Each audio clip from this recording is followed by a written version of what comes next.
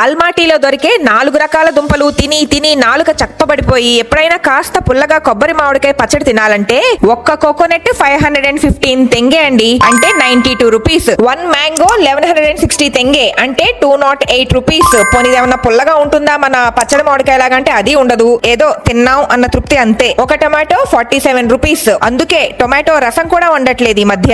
ఒక lemon 45 rupees. మేము దిష్టి తీసుకోవాలన్నా చాలా కాస్ట్లీ అండోయ్. 90 గ్రాముల అల్లం ముక్క 50 రూపాయలు. ఒక దానిమ్మకాయ 90 రూపీస్.